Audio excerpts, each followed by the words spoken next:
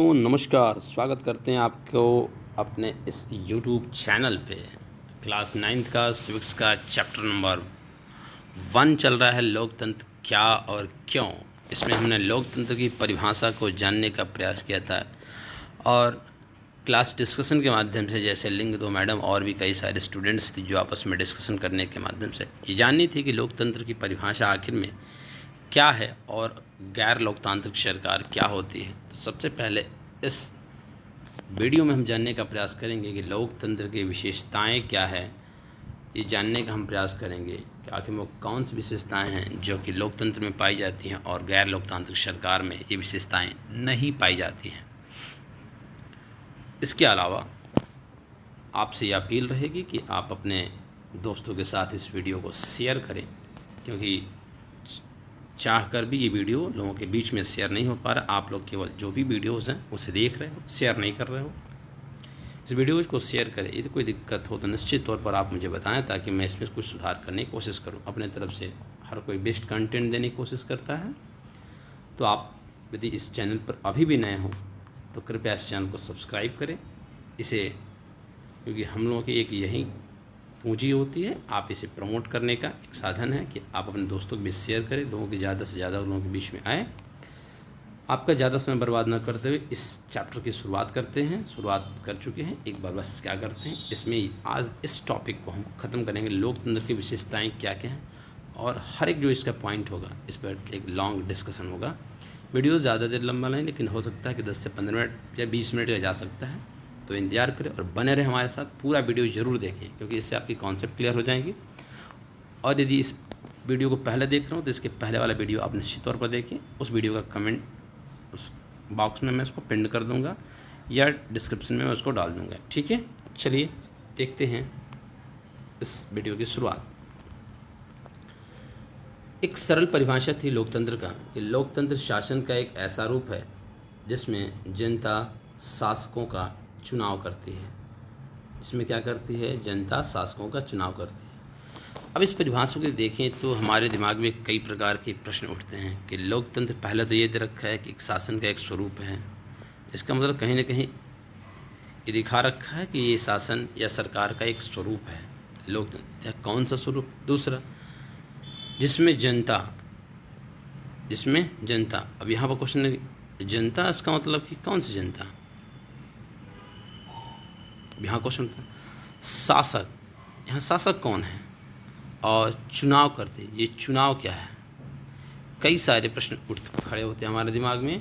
तो एक एक प्रश्नों को यहाँ पर शब्दों की जो दे रखे इसके माध्यम को सॉल्व करने की कोशिश करेंगे। अब शुरू करते हैं। पहला कि आखिर में इस परिभाषा के अनुसार शासक कौन है? तो सबसे पहली बात, शासक, इसको समझने की कोशिश करेंगे। वो दे रखे कौन कौन से प्रश्न खड़े हो रहे हैं। शासक कौन है कि किसी सरकार के लोकतांत्रिक कहे जाने के लिए उसके किन अधिकारियों का चुना हुआ होना आवश्यक है। तब तो होगा ना वास्तव में जो हम पर शासन कर रहा है वही शासक है, या जिसे हमने चुनकर भेजा वो शासक है? कौन है आखिर में? या इसके अलावा भी कोई और है?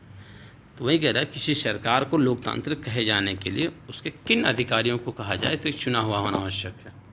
लोकतंत्र में आखिर में कौन से फैसले हैं जो बिना चुने हुए अधिकारी भी ले सकते हैं? यहाँ पे शासक को डिफाइन करने का मौका मिलेगा।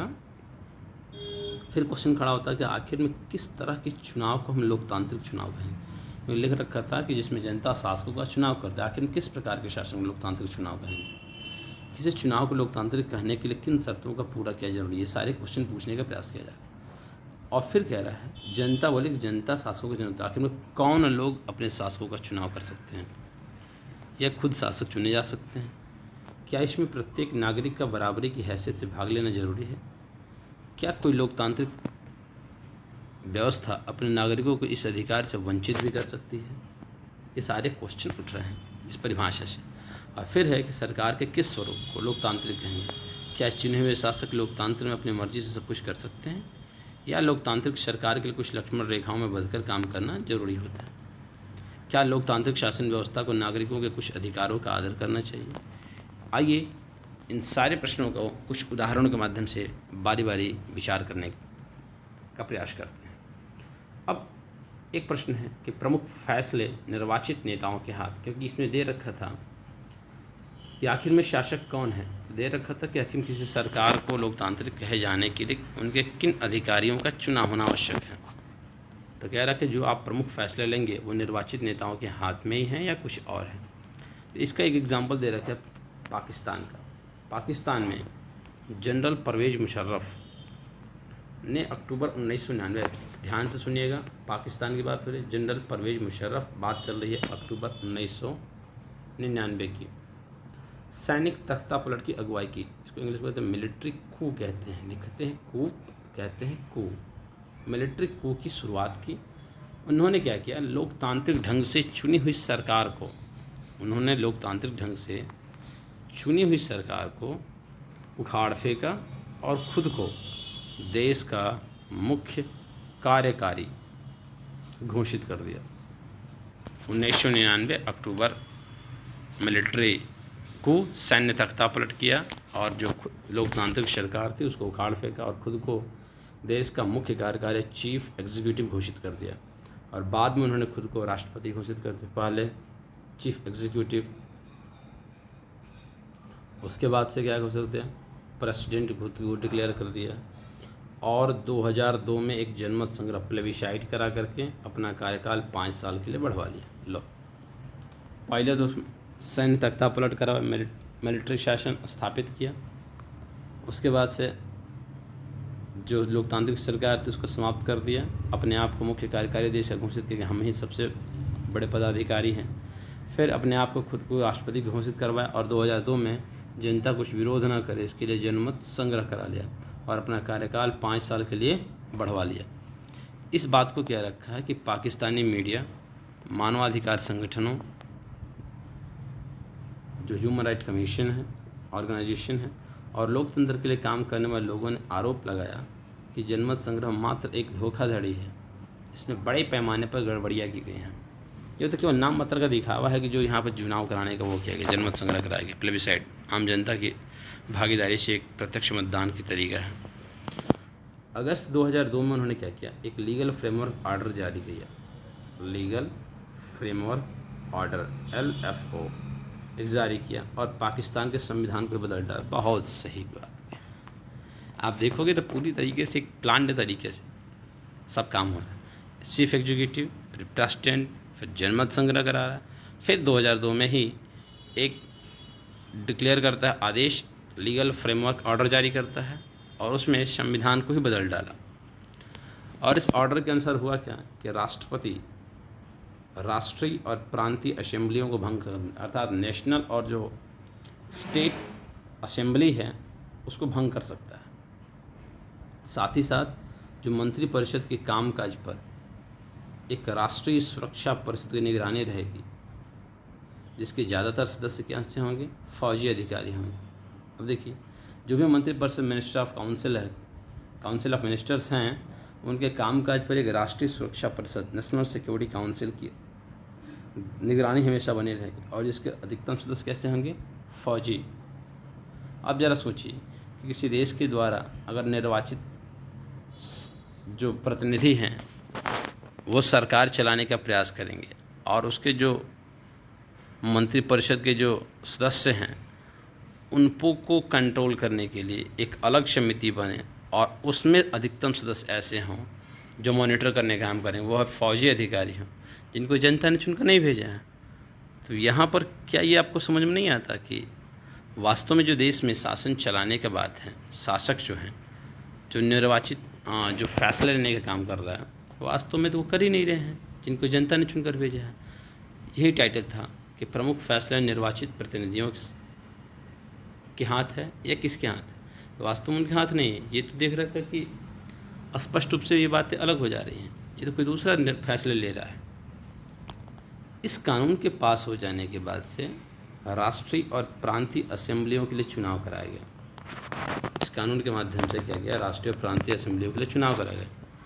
इस प्रकार पाकिस्तान में तो चुनाव भी हुए, ध्यान से देख रहे हो, सब कुछ कराया है। पाकिस्तान में चुनाव भी हुए, चुने हुए प्रतिनिधियों को कुछ अधिकार भी मिले, लेकिन सर्वोच्च सत्ता किसके पास, तो सेना के अधिकारियों और जनरल मुशर्रफ के पास। अर्थात वास्तव में सर्वोच्च जो निर्णय लेने की पावर है वो मिलिट्री के हाथ में चली गई, सेना के अधिकारी और जनरल मुशर्रफ के पास। अब यहाँ पे कह रहा है कि स्पष्ट इस बात को हो गया कि जनरल मुशर्रफ के शासन वाले पाकिस्तान को लोकतंत्र नहीं कहा जा सकता, और इसके बहुत ही ठोस कारण हैं। लेकिन यहाँ सिर्फ एक कारण पर चर्चा करेंगे कि क्या हम कह सकते हैं कि पाकिस्तान के लोगों ने अपने शासकों का चुनाव किया है? आप मुझे बताएं, क्या किया है? तो निश्चित तौर पर कह सकते हैं कि ऐसा नहीं है, क्योंकि उन्होंने इसका चुनाव नहीं किया है। हाँ, लोगों ने राष्ट्रीय और प्रांतीय असेंबलियों के लिए अपने प्रतिनिधियों का चुनाव किया है। लोगों ने क्या किया? राष्ट्रीय और जो प्रांतीय असेंबली हैं उनके प्रतिनिधियों का चुनाव जनता ने जरूर किया है, लेकिन वास्तव में चुने हुए प्रतिनिधि रियल रूलर नहीं है, वास्तविक शासक नहीं हैं। वे अंतिम फैसला नहीं कर रहे हैं। अंतिम फैसला तो सेना के अधिकारी और जनरल मुशर्रफ के हाथों में था, जो जनता द्वारा नहीं चुने गए थे। और ऐसा तानाशाही और राजशाही वाले अनेक शासन व्यवस्थाओं में ही होता है, जहाँ पर अंतिम फैसला निर्वाचित प्रतिनिधियों के हाथ में नहीं होता है। या तो तानाशाही में हो पाएगा ऐसा, या राजशाही वाले राज परिवार के सदस्य।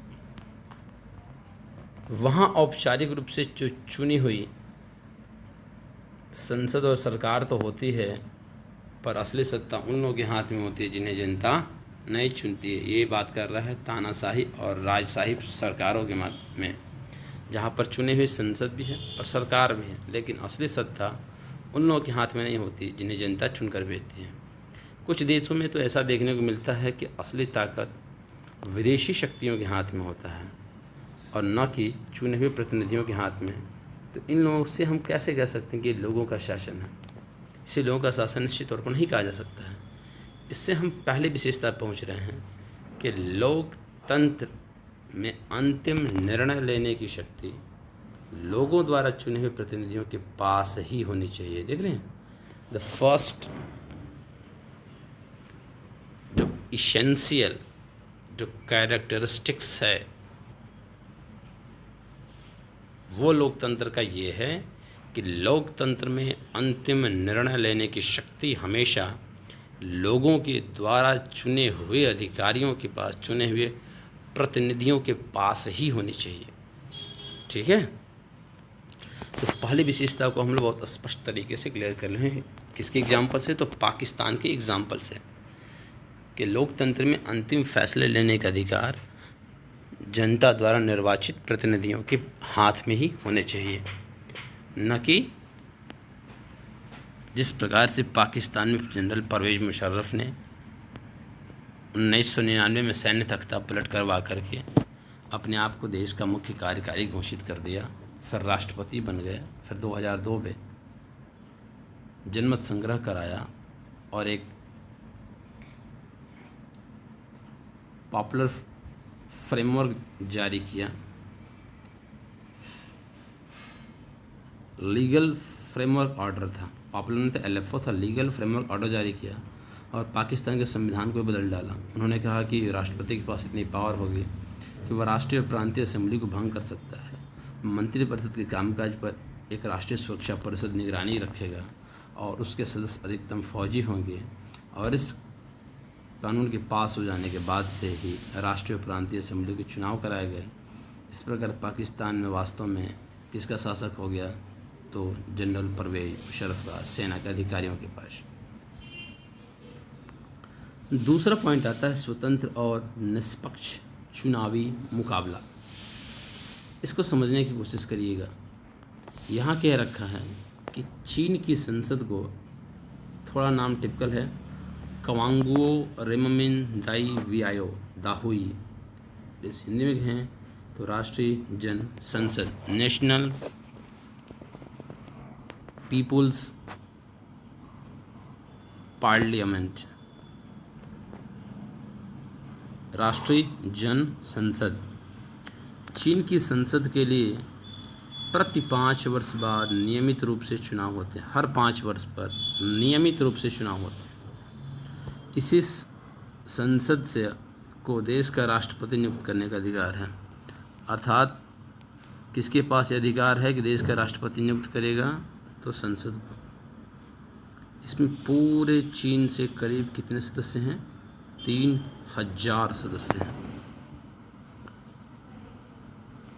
याद रखते रहिएगा कि वहाँ की संसद को क्या कहते हैं? राष्ट्रीय जनसंसद। प्रति 5 वर्ष बाद नियमित रूप से चुनाव होगा। संसद को देश का राष्ट्रपति नियुक्त करने का अधिकार है, चुनने का नहीं, नियुक्त करने का अधिकार है। पूरे चीन से करीब 3000 सदस्य आते हैं। कुल 3000 सदस्य इसमें आते हैं। कुछ सदस्यों का चुनाव क्या करती है? सेना भी करती है। अब थोड़ा सा यहाँ पे समझने वाली बात है। तो वास्तव में जो हमारे टोटल सदस्य आएंगे वो 3000 सदस्य आएंगे पूरे चीन से, और कुछ सदस्यों का चुनाव सेना भी करती है। चुनाव लड़ने से पहले सभी उम्मीदवारों को चीनी कम्युनिस्ट पार्टी से मंजूरी लेनी। यहीं पे कुछ समझने वाली बातें हैं कि आपको चीनी कम्युनिस्ट पार्टी से मंजूरी लिए बिना आप चुनाव नहीं लड़ पाओगे। कुछ सदस्यों का चुनाव सेना भी कर रही है, और पूरे चीन से करीब 3000 सदस्य आएंगे। 2002 से 3 में हुए चुनाव में सिर्फ कम्युनिस्ट पार्टी और उससे संबद्ध कुछ छोटी पार्टियों के सदस्यों को ही चुनाव लड़ने का अनुमति मिला, और सरकार हमेशा ही एक ही पार्टी जो कि है कम्युनिस्ट पार्टी की ही बनेगी। यहाँ से कुछ बातें आपको समझ में आ जाएगी कि यदि आपको चाइना में चुनाव लड़ना है तो कम्युनिस्ट पार्टी के अलावा और कोई पार्टी का विकल्प आपके पास नहीं है, आप उसी से चुनाव लड़ सकते हो। 1930 में आज़ाद होने के बाद से मैक्सिको में उसी प्रकार से, ये चाइना का एग्जाम्पल है, कोई एक पार्टी ही है। इसी प्रकार से एक एग्जाम्पल आप देखेंगे मैक्सिको का। तो 1930 में मैक्सिको आज़ाद होने के बाद से वहाँ पर हर 6 वर्ष के बाद से राष्ट्रपति चुनने के लिए चुनाव कराए जाते हैं। देश में कभी भी फौजी शासन या तानाशाही सिस्टम नहीं आया। लेकिन आपको जानकर हैरानी होगा कि सन 2000 तक, 1930 से लेकर सन 2000 तक, विगत 70 सालों से एक ही पार्टी की जीत हमेशा होती है। उस पार्टी का नाम है PRI, इंस्टीट्यूशनल रिवोल्यूशनरी पार्टी। उल्टा है PRI, इंस्टीट्यूशनल रिवोल्यूशनरी पार्टी। इसी पार्टी के हमेशा जीत मिलते थे। विपक्षी चुनाव में हिस्सा तो लेते थे, पर कभी भी उन्हें जीत हासिल नहीं होती थी। क्यों? क्योंकि चुनाव में तरह तरह के हथकंडे अपना करके हर हाल में जीतने के लिए PRI विख्यात नहीं कुख्यात थी। अर्थात विख्यात होता है जो पॉजिटिव चीज़ से आपको जनता में जानकारी हो, जनता में लोग आपको जाने। कुख्यात उसका अपोजिट होता है। सरकारी दफ्तर में काम करने वाले सभी लोगों के लिए पार्टी की बैठकों में जाना अनिवार्य। सारे से जो सरकारी कर्मचारी थे उनके एक प्रकार से मान के चले कि उनके समर्थक साथ में जाना। सरकारी स्कूलों के अध्यापकों अपने छात्र छात्राओं के माँ बाप से PRI के वोट देने को कहते थे। मीडिया भी जब तक विपक्षी दलों की आलोचना करने के अलावा उनकी गतिविधियों को नज़रअंदाज ही कर देती थी। कई बार एकदम अंतिम क्षणों में मतदान केंद्रों को एक जगह से हटाकर दूसरी जगह कर दिया जाता था, जिससे अनेक लोग वोट ही नहीं डाल पाते थे। PRI अपने उम्मीदवारों के चुनाव पर बहुत खर्च करती थी। तो क्या हम ये कह सकते हैं कि वास्तव में जो ऊपर चुनावों का वर्णन किया गया है उसमें अपना शासक चुनने का उदाहरण जनता के पास है? निश्चित तौर पर ऐसा नहीं कह सकते। यहाँ काफ़ी सारी समस्याएं हैं। चीन के चुनाव में समस्या ये है कि लोगों के सामने कोई और वास्तविक और गंभीर विकल्प ही नहीं है। लोगों को शासक दल या उसके द्वारा स्वीकृत उम्मीदवारों को ही वोट देना पड़ता है। तो क्या हम इसे मनपसंद चुनाव कहेंगे? मैक्सिको के मामले में ऐसा लग सकता है कि कहने का विकल्प तो ज़रूर है, लेकिन असल में जनता के पास कोई दूसरा विकल्प नहीं है। किसी भी तरह वहाँ शासक दल को पराजित नहीं किया जा सकता था, तो लोगों के चाहने पर भी नहीं, क्योंकि वहाँ पर चुनाव निष्पक्ष नहीं थे। कैसे नहीं थे? निष्पक्ष नहीं थे। इस प्रकार हम लोकतंत्र की अपनी समझ में एक अन्य विशेषता या गुण को जोड़ सकते हैं कि लोकतंत्र में सिर्फ चुनाव कराना ही पर्याप्त नहीं होता। चुनाव में एक से ज़्यादा असली राजनीतिक विकल्पों के बीच चुनने की हमें स्थिति भी होनी चाहिए। लोगों के पास यह भी विकल्प होना चाहिए कि वे चाहें तो शासक दल को गद्दी से उतार दें। इस प्रकार दूसरी विशेषता जो हो गई हमारी कि लोकतंत्र निष्पक्ष और स्वतंत्र चुनावों पर आधारित होना चाहिए। ताकि सत्ता में बैठे लोगों के लिए जीत हार के समान अवसर हों। ठीक है, यहाँ से एक चीज़ हमें समझ में आ गई। अगला जो हमारा है वो है एक व्यक्ति एक वोट एक मोल। इसमें दे रखा है कि एक व्यक्ति एक वोट एक मोल, अर्थात यहाँ पर देखोगे आप कि सबसे बड़ा संघर्ष सार्वभौम वयस्क मताधिकार यूनिवर्सल एडल्ट फ्रेंचाइजी से हमारा है। इस सिद्धांत को लगभग पूरी दुनिया में अब मान लिया गया है, पर किसी व्यक्ति को मतदान के समान अधिकार से वंचित करने के उदाहरण भी कम नहीं है।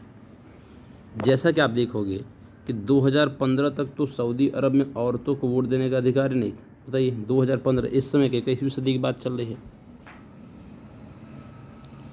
एस्तोनिया ने अपने यहाँ नागरिकता के कुछ इस तरह नियम बनाए हैं कि रूसी अल्पसंख्यक समाज के लोगों को मतदान का अधिकार हासिल करने में ही मुश्किल हो जाती है। एस्तोनिया। फिजी की चुनाव प्रणाली में वहाँ के मूल वासियों के वोटों का महत्व भारतीय मूल के फिजी नागरिकों के वोट से ज़्यादा है।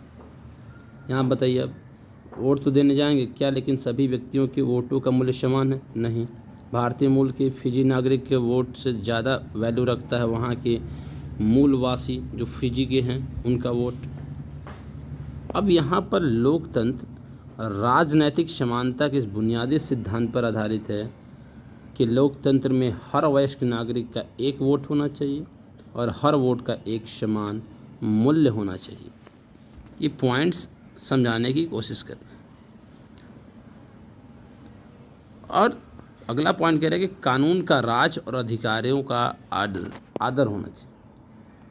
आपके जो राइट्स हैं उनका रिस्पेक्ट होना चाहिए। जिम्बाब्वे को 1980 में अल्पसंख्यक गोरों के शासन से मुक्ति मिली थी। किस देश को? जिम्बाब्वे। उसके बाद से देश पर जानु पीएफ दल का राज है। इस दल का है जानु पीएफ पार्टी का राज था, जिसने देश के स्वतंत्रता संघर्ष की अगुवाई की थी। इसके नेता का नाम था रॉबर्ट मुगाबे। रॉबर्ट मुगाबे आज़ादी के बाद से ही शासन कर रहे थे। चुनाव नियमित रूप से हो रहे थे और सदा जानु पीएफ दल ही जीतता था। राष्ट्रपति जो था मुगाबे कम लोकप्रिय नहीं थे, लेकिन करते क्या थे, वे चुनाव में गलत तरीके भी अपनाते थे। आज़ादी के बाद से उनकी सरकार ने कई बार संविधान में ही बदलाव करके राष्ट्रपति के अधिकारों में वृद्धि की थी और उसकी जवाबदेही को भी कम किया था। विपक्षी दल के कार्यकर्ताओं को परेशान कर दिया जाता था और उनकी सभाओं में गड़बड़ कराई जाती थी। एक प्रकार से जो पार्टी एक बार सत्ता में आ गई वो सत्ता को खोना नहीं चाहती है, सत्ता को कभी भी चाहती नहीं कि हमारे हाथों से सत्ता निकल करके कभी विपक्ष की पार्टियों में भी चला जाए। सरकार विरोधी प्रदर्शनों और आंदोलनों को गैर कानूनी घोषित कर दिया जाता था। एक ऐसा भी कानून था जो राष्ट्रपति की आलोचना के अधिकार को सीमित करता था। टेलीविज़न और रेडियो पर सरकारी नियंत्रण था, समझ रहे ना, और उन पर सिर्फ शासक दल के विचारों को ही प्रस्तुत किया जाता था। अखबार स्वतंत्र थे, पर सरकार की आलोचना करने वाले पत्रकारों को परेशान किया जाता था। सरकार ने कुछ ऐसे अदालती फैसलों की परवाह नहीं की जो उसके खिलाफ जाते थे। उसने जजों पर भी दबाव डाला। 2017 में जाकर के मुगाबे को राष्ट्रपति पद से हटा दिया गया। आपके पास जिम्बाब्वे का उदाहरण बताता है कि शासकों के लिए बार बार जनादेश पाना लोकतंत्र की एक ज़रूरत है, पर इतना ही पर्याप्त नहीं है। लोकप्रिय नेता भी अलोकतांत्रिक हो सकते हैं, लोकप्रिय नेता भी तानाशाह हो सकते हैं। अगर हम लोकतंत्र को परखना चाहते हैं तो वहाँ के चुनाव पर हमें नज़र डालना होगा, पर उतना ही ज़रूरी है कि चुनाव के पहले और बाद की स्थितियों पर भी नज़र डाली जाए। चुनाव के पहले सत्ता पक्ष के विरोधी समूहों के कामकाज समेत सभी तरह की राजनीतिक गतिविधियों के लिए पर्याप्त गुंजाइश रहनी चाहिए। इसके लिए ज़रूरी है कि सरकार नागरिकों के कुछ बुनियादी अधिकारों का आदर करे, उनको सोचने की, अपनी राय बनाने की, सार्वजनिक रूप से अपने विचार व्यक्त करने की, संगठन बनाने की, विरोध करने की, अन्य राजनीतिक गतिविधियाँ करने की स्वतंत्रता होनी चाहिए। कानून की नज़र में सभी लोगों को समानता होनी चाहिए। इन अधिकारों की रक्षा स्वतंत्र न्यायपालिका को करनी चाहिए, जिसके आदेशों का पालन सभी लोग करते हों। इसी प्रकार कुछ दूसरी शर्तें हैं जो चुनाव के बाद सरकार चलाने के तौर तरीक़ों पर लागू होती है। एक लोकतांत्रिक सरकार सिर्फ इस कारण से मनमाना नहीं कर सकती है कि उसने चुनाव जीता है, उसे भी कुछ बुनियादी तौर तरीक़ों का पालन करना होता है। ख़ास तौर से उसे अल्पमत वाले समूहों को दी गई कुछ गारंटियों का आदर करना होता है। हर प्रमुख फैसला लंबे विचार विमर्श के बाद लेना होता है। हर पदाधिकारी को उस पद के साथ जुड़े अधिकार और जिम्मेदारियां संविधान द्वारा दी जाती हैं। ये सभी न सिर्फ जनता के प्रति उत्तरदायी हैं, बल्कि अन्य स्वतंत्र अधिकारियों के प्रति भी उसकी जवाबदेही बनती है। इस प्रकार चौथी और अंतिम विशेषता हम कह सकते हैं कि एक लोकतांत्रिक सरकार संवैधानिक कानूनों और नागरिक अधिकारों द्वारा खींची गई लक्ष्मण रेखाओं के भीतर ही काम करती है। अतः परिभाषाओं का सारांश कहें तो इस प्रकार से है कि लोकतंत्र सरकार का एक ऐसा रूप जिसमें शासकों का चुनाव लोग करते हैं। यह परिभाषा स्पष्ट नहीं है। चारों विशेषताओं को हमने देखा तो ये होगा कि लोकतंत्र शासन का एक ऐसा रूप है जिसमें शासक जो लोगों द्वारा चुना गया हो वो सारे प्रमुख फैसले करते हो। चुनाव लोगों के निष्पक्ष अवसर और इतने विकल्प उपलब्ध कराता है कि वे चाहे तो मौजूदा शासक को बदल सकते हैं। तीसरा, यह विकल्प और अवसर सभी लोगों के लिए समान रूप से उपलब्ध हो। और चौथा, चुनाव से बनी सरकार संविधान द्वारा तय बुनियादी कानूनों और नागरिक अधिकारों के दूसरे दायरों को मानते हुए काम करती है।